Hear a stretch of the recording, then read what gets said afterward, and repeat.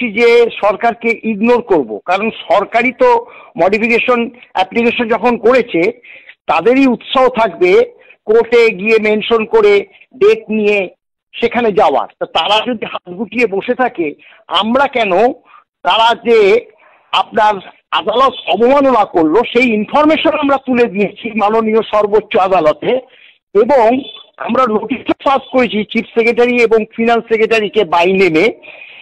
আর দেখছি আমরা যদি মেনশনও করি, দেখুন মেনশন করলেও 7-10 দিন পরে হয়তো ডেটটা পাবো, তখন কিন্তু আপনার আমাদের যে ডেটটা আছে মাননীয় বিচারপতি সঞ্জয় কারোল যে ডেটটা দিয়েছে 4 August, top of the bench একদম 1 নম্বরে থাকবে।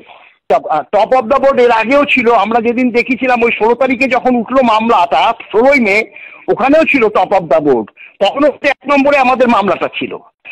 আর তো টপ অফ দ্য বোর্ড মানে ওই 4 তারিখে 1 নম্বরেই উঠবে, তখন আমরা এলিগেশন আনবো যে মহামান্য আদালত দেখুন আপনার নির্দেশ মানেনি।